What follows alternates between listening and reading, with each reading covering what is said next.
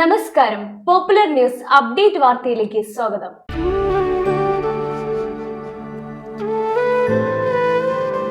അമ്മയോളം വരില്ല ഒരു സമ്മാനവുമെങ്കിലും ഒരു പിറന്നാൾ ദിനത്തിൽ അമ്മയ്ക്ക് നൽകിയ സുവർണ സമ്മാനത്തിൽ ഹാപ്പി ബർത്ത്ഡേ അമ്മ. ഞങ്ങളെ മറക്കാതിരുന്നതിന് നന്ദിയുണ്ട്. ഇന്നോളം എത്തിയ ഞങ്ങളുടെ ഈ സുവർണ യാത്രയിൽ നിങ്ങളുടെ ഓരോ ആഘോഷങ്ങൾക്കുമൊപ്പം ഞങ്ങളെയും ചേർത്ത് നിർത്തിയതിന്. Beauty mark gold and diamonds, specially for you. ദേശീയപാത കൂരിയാടിനും കൊളപ്പുറത്തിനുമിടയിൽ സർവീസ് റോഡിൽ വെള്ളം കയറി. ദേശീയപാത നിർമ്മാണത്തിലെ അശാസ്ത്രീയമായ നിർമ്മാണമാണ് ഇതിന് കാരണമെന്ന് വേങ്ങര ബ്ലോക്ക് പഞ്ചായത്ത് ക്ഷേമകാര്യ സ്റ്റാൻഡിംഗ് കമ്മിറ്റി ചെയർമാനും കൂരിയാട് ഡിവിഷൻ മെമ്പറുമായ സഫീർ ബാബു ആരോപിച്ചു. നിർമ്മാണ സമയത്ത് തന്നെ ഇക്കാര്യം അധികൃതരെ അറിയിച്ചിരുന്നെങ്കിലും അവഗണിക്കുകയായിരുന്നെന്നും അദ്ദേഹം ആരോപിക്കുന്നു. വേങ്ങര ബ്ലോക്ക് പഞ്ചായത്ത് ക്ഷേമകാര്യ സ്റ്റാൻഡിംഗ് കമ്മിറ്റി ചെയർമാനും കൂരിയാട് ഡിവിഷൻ മെമ്പറുമായ സഫീർ ബാബു പോപ്പുലർ ന്യൂസിനോട് പ്രതികരിക്കുന്നു. എന്തൊക്കെയാണ് ഇവിടുത്തെ വിശേഷങ്ങൾ, എന്തൊക്കെയാണ് ഇവിടുത്തെ കാര്യങ്ങളൊക്കെ എന്ന് പറയും? പ്രശ്നങ്ങൾ ഈ വെള്ളപ്പൊക്കം സാധാരണ നമ്മൾക്കിവിടെ വരുന്നൊരു വെള്ളപ്പൊക്കമാണ് ഈ ഇപ്പം ഉള്ളത്. അതിലിപ്പോൾ കഴിഞ്ഞ വർഷം ഉണ്ടായിട്ടില്ല, അതേപോലെ ചിലപ്പോൾ 1-2 വർഷം ഇടവിട്ട് ഇങ്ങനെ ഉണ്ടാവാറുണ്ട്. പക്ഷെ വലിയ വെള്ളപ്പൊക്കം ഇതിനു മുമ്പ് ഉണ്ടായിട്ടുണ്ട് എപ്പോഴെങ്കിലുമൊക്കെ. ഇപ്പോൾ 2018 19 ഉണ്ടായി. അതിന് മുമ്പ് ഇതേപോലെ 94 ഉണ്ടായിട്ടുണ്ട്. പിന്നെ അതല്ലാതെ തന്നെ അതിന് കുറച്ച് വലിയ വെള്ളപ്പൊക്കം അതിൻ്റെ ഇടയിലൊക്കെ ഉണ്ടായിട്ടുണ്ട്. പക്ഷേ നമ്മൾ ഇപ്പോഴത്തെ ഇവിടുത്തെ പ്രശ്നം ഈ ഹൈവേ അശാസ്ത്രീയമായിട്ട് ഇവരിത് ഉണ്ടാക്കിയ പ്രശ്നമാണ്. ഹൈവേൻ്റെ ഇതിൻ്റെ നിർമ്മാണം നടക്കുന്ന സമയത്ത് തന്നെ ഇതിൻ്റെ ബന്ധപ്പെട്ട അധികാരികളെ നമ്മൾ വ്യക്തമായിട്ട് ബോധ്യപ്പെടുത്തിയതാണ്. 2 പ്രാവശ്യം ഇതിന് പരാതിയും കലക്ടറേറ്റിൽ കൊടുത്തതാണ്. ഇതിൻ്റെ എൻജിനീയർമാരോട് കാര്യങ്ങൾ വിശദീകരിച്ച് പറഞ്ഞു കൊടുത്തതാണ്. പക്ഷേ അവർ പറയുന്നത് ശാസ്ത്രീയമായിട്ട് ഇത് വെള്ളത്തിൻ്റെ വാട്ടർ ലെവൽ പരിശോധിച്ച് സർവേ നടത്തിയിട്ടാണ് ഞങ്ങൾ ഇതിൻ്റെ ഹൈറ്റ് കണക്കാക്കിയതെന്നാണ് പറഞ്ഞത്. അപ്പോൾ സത്യത്തിൽ അവർ ശാസ്ത്രീയമായി കണക്കാക്കിയത് എത്ര എങ്ങനെ ലാഭത്തിൽ ഹൈവേ ഉണ്ടാക്കുക എന്നുള്ളത് മാത്രമാണ്. അല്ലാതെ ഒരിക്കലും ഇതിൻ്റെ വെള്ളത്തിൻ്റെ അളവ് കണക്കാക്കിയിട്ടല്ല ഈ സർവീസ് റോഡ് ഉണ്ടാക്കിയത് എന്നുള്ളത് ഞങ്ങളന്ന് വ്യക്തമായിട്ട് പറഞ്ഞതാണ്. ഇപ്പോൾ അത് അവർക്ക് ബോധ്യപ്പെടുകയും ചെയ്തു. ബോധ്യപ്പെട്ട് ഇങ്ങനത്തെ ഒരു സാഹചര്യത്തിൽ ഇതിൻ്റെ പ്രതിഷേധം അധികാരികളെ അറിയിക്കാൻ വേണ്ടിയിട്ടാണ് ഇന്ന് ഇവിടെ ഹൈവേ തടഞ്ഞതും പ്രശ്നങ്ങളുണ്ടായതൊക്കെ. പക്ഷേ ഈ വയനാട് ദുരന്തമായിട്ട് ബന്ധപ്പെട്ട് ഒരുപാട് സാധനങ്ങൾ ഇതിലൂടെ ദുരിതാശ്വാസ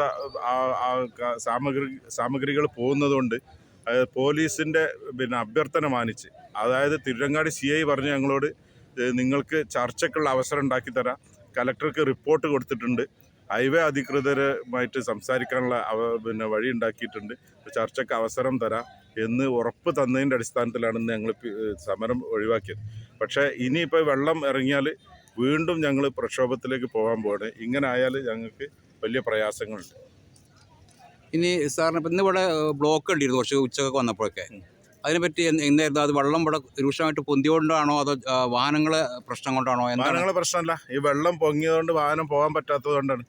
അതുകൊണ്ട് ബ്ലോക്ക് ആയിട്ടാണ്. അവർ പോലീസിന് തന്നെ ഇത് ബ്ലോക്ക് ചെയ്യേണ്ടി വന്നു. ആദ്യം ഞങ്ങൾ തടഞ്ഞപ്പോൾ അവർ ഞങ്ങളെ ഒഴിവാക്കി, ഗതാഗതം പുനഃസ്ഥാപിച്ചു. പക്ഷെ അവർക്ക് തന്നെ മനസ്സിലായി ഇത് വണ്ടി പോകാൻ പറ്റില്ല എന്ന്. അങ്ങനെയാണ് ഇത് തടഞ്ഞത്.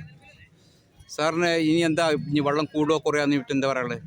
വെള്ളം ചിലപ്പോൾ കുറഞ്ഞെന്ന് വരും, ചിലപ്പോൾ കൂടിയെന്ന് വരും. ഇപ്പോഴത്തെ സാഹചര്യത്തിൽ ചിലപ്പോൾ കുറച്ചുകൂടി കൂടാൻ സാധ്യതയുള്ളൂ, പിന്നെ വെള്ളം ഒഴിഞ്ഞു പോകാനാണ് സാധ്യത. പക്ഷേ ഇങ്ങനെ ഇത് വർഷം ഞങ്ങൾ സഹിക്കണ്ടേ, നാട്ടുകാരായ ഞങ്ങൾ സഹിക്കണം. ഇതിൽ വേറെ ഒരുപാട് പ്രശ്നങ്ങളുണ്ട്. ഇതിൻ്റെ അപ്പുറത്ത് പഞ്ചായത്ത് ഉണ്ടാക്കിയ റോഡുകളാണ്. അതേപോലെ തന്നെ മറ്റ് PWD ആയിട്ട് ബന്ധപ്പെട്ട മറ്റ് വഴികളൊന്നും അപ്പുറത്തേക്ക് പോകാനില്ല. അപ്പോൾ ആ പഞ്ചായത്ത് ഉണ്ടാക്കിയ റോഡിൽ ഈ ഹൈവേയിൽ പോകുന്ന വാഹനങ്ങൾ, നൂറുകണക്കിന് വാഹനങ്ങൾ ആ റോഡിലൂടെ പോകുമ്പോൾ ആ റോഡ് തകർന്നിട്ട് വീണ്ടും ഞങ്ങൾ നാട്ടുകാർ ഈ പ്രശ്നങ്ങൾ അനുഭവിക്കണം.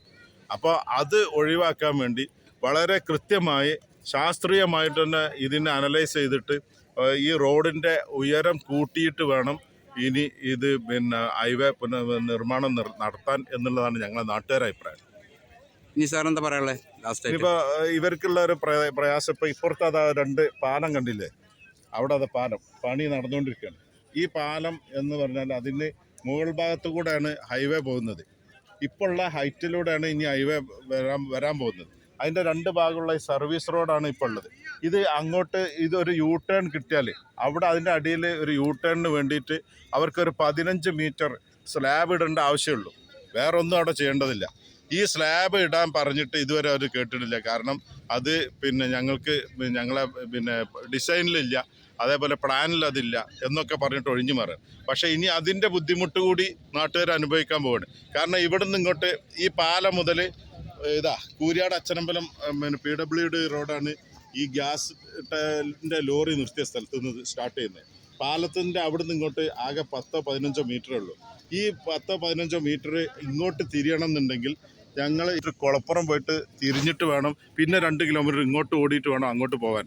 അപ്പോൾ അത് ഒഴിവാക്കാനാണ് നമ്മൾ ഇങ്ങനെ ഇല്ലെങ്കിൽ അവിടെ ഒരു യു ടേൺ കിട്ടിയാൽ വളരെ ഉപകാരപ്രദമായിട്ട് ഇങ്ങോട്ട് പോകാൻ കഴിയും. അതുകൂടെ നമ്മൾ ആവശ്യപ്പെട്ടിട്ട് ചെയ്തു തരാൻ പറ്റാത്ത ഇവരാണ് ഇവിടെ വലിയ ടെക്നിക്ക് ഉള്ള ആളുകളും എൻജിനീയർമാരും കോൺട്രാക്ടർമാരും എന്നാണ് അവരുടെ ധാരണ.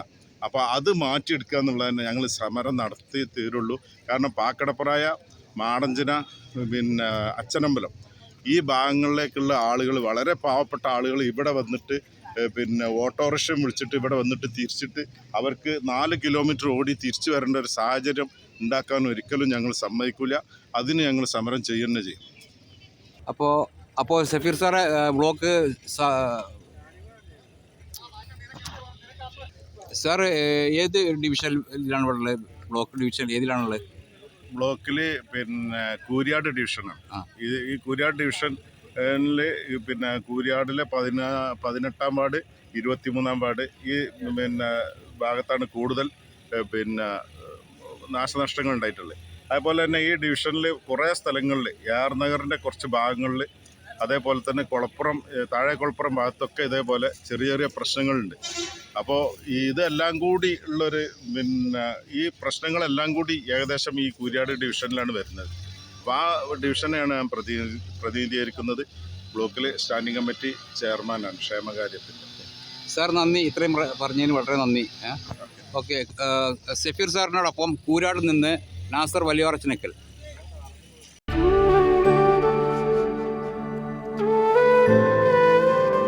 അമ്മയോളം വരില്ല ഒരു സമ്മാനവുമെങ്കിലും ഒരു പിറന്നാൾ ദിനത്തിൽ അമ്മയ്ക്ക് നൽകിയ സുവർണ സമ്മാനത്തിൽ ഹാപ്പി ബർത്ത്ഡേ അമ്മ.